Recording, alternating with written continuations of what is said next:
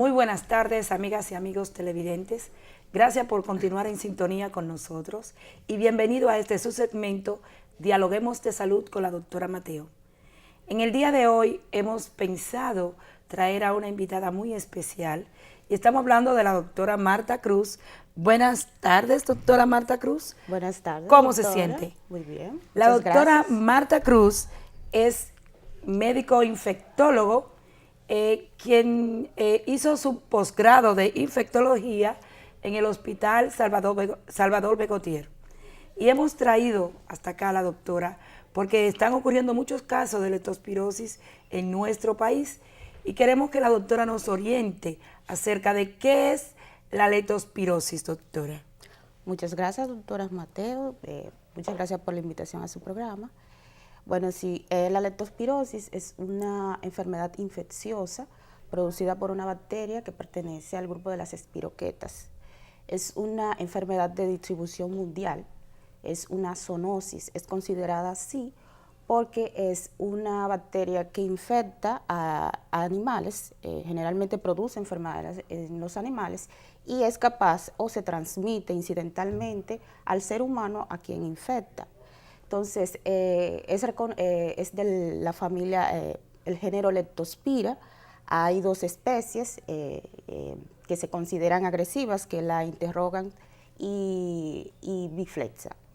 Y entonces nosotros aquí utilizamos muchas veces el término leptospirosis y no sabemos lo que es. Entonces, una zoonosis es una enfermedad que la produce un animal. Exacto. Y en este caso el animal es el que infecta al hombre. ¿Es generalmente? Generalmente son los roedores.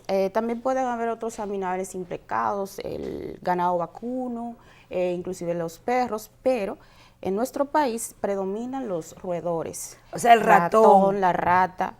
La enfermedad produce una enfermedad renal, por lo tanto la eliminan por la orina, ahí la complicación, que cuando orinan contaminan el hábitat donde viven y por lo tanto cuando hay lluvia, inundaciones, contaminan el agua. Ok, entonces toda esta agua que ha caído en estos días, ustedes saben que está el Cibao entero inundado, sí, y parte de la línea para allá, para Montecristi, Puerto Plata, ha estado inundado con todas las lluvias que están cayendo. ¿Cómo incide esto en el aumento para encontrar esta enfermedad en los pobladores? Esto incide, de hecho, la mayor incidencia que se ven en los países tropicales se relaciona mucho con la inundación, aunque puede presentarse casos durante el año, pero los casos aumentan con la lluvia por la inundación.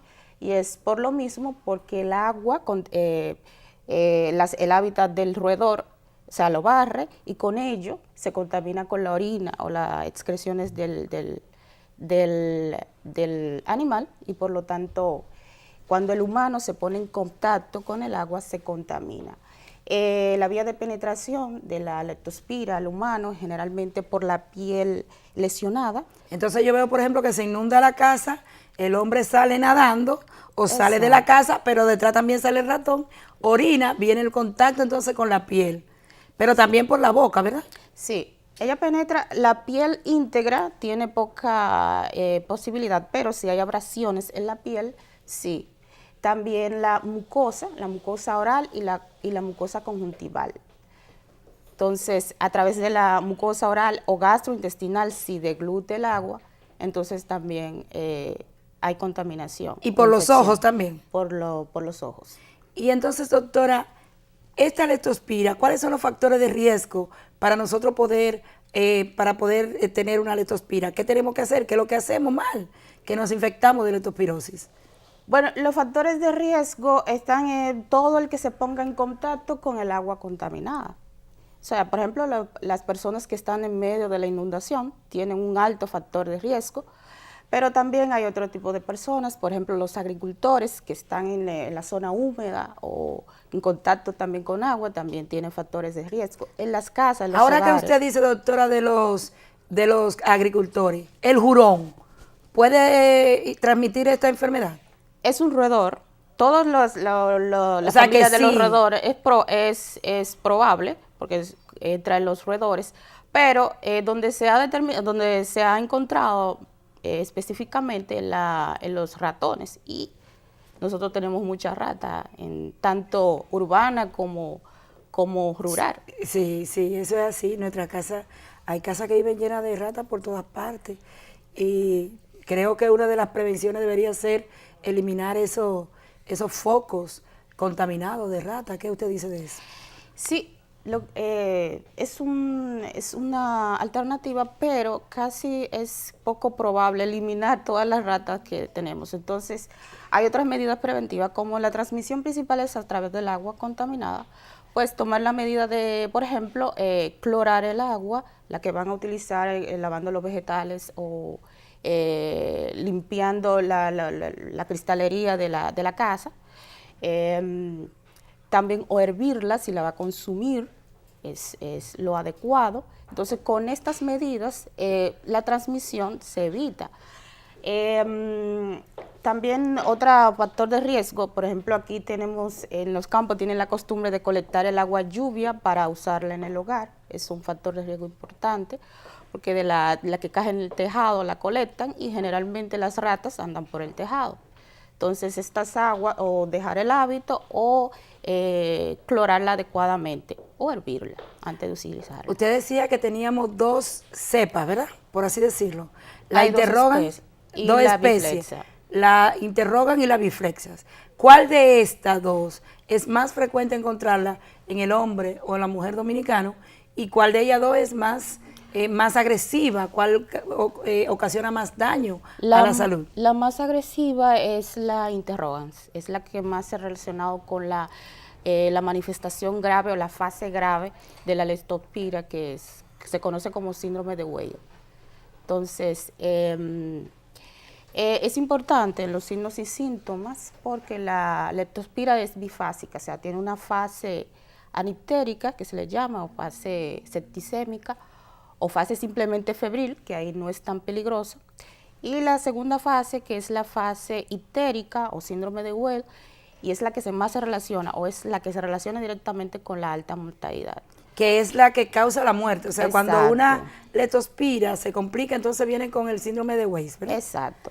Ella generalmente tiene dos fases. Nosotros hemos visto muchísimos pacientes en la unidad de cuidado intensivo con el síndrome de Weil. Y realmente es penoso, porque es una vida. ¿Usted sabe aproximadamente por dónde andan las estadísticas nuestras? Bueno, el último reporte que vi hablaba de anual 500 casos, publicado por el Ministerio, fallecimiento presumible alrededor de 40 a 50. O sea que cobra muchas vidas. Algo que podemos prevenir solamente con cuidados de higiene, hervir el agua, evitar el contacto, clorarla con los ríos. Cuando hay periodo de inundación, tener cuidado con entrar en los charcos a bañarse, o entrar con el agua contaminada, tratar de no tener contacto. Sin embargo, de esto no se habla mucho, porque nosotros vemos que nuestros niños en esas comunidades que están inundadas cogen la inundación para bañarse dentro del agua contaminada. Eso no se les debe permitir. Y eso no debe ser. Entonces, doctora, ¿qué recomendaciones usted nos da a toda esta población que nos está viendo y que está en riesgo de contaminación? Porque vemos que el riesgo de contaminación somos todos. Mantener la higiene, principalmente con el agua, que es el principal vehículo. Por ejemplo, en las casas, en los hogares, si van a colectar el agua lluvia, limitarse a esta práctica, o clorarla, como ha publicado el Ministerio de Salud Pública. Los vegetales, lavarlo con agua hervida. Lo que van a usar, si van a tomar agua, tienen que clorarla, aunque sea de botellón, independientemente, es una medida. Entonces, y no exponerse al agua sucia o al agua contaminada de alcantarillado. Bueno, doctora, pues muchas gracias por estar con nosotros acá. Gracias por haber aceptado nuestra petición. Gracias a usted. Y a todos ustedes, ya nosotros hemos visto cómo en varios programas que hemos tenido, hemos visto cómo el cuidado de nuestra salud depende no solamente de los hábitos higiénicos que tengamos, sino de cómo nosotros enfoquemos nuestra propia salud.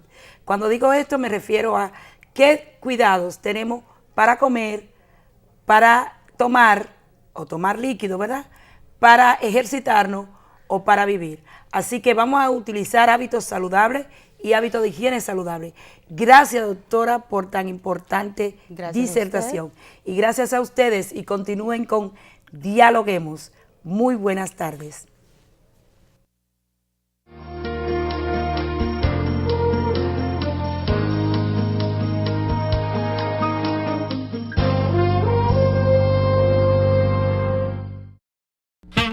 Centro Comunitario Valpiana. Ofrecemos los servicios de atención primaria de salud, cursos de joyería, ventas, farmacia, informática, cocina, repostería y más.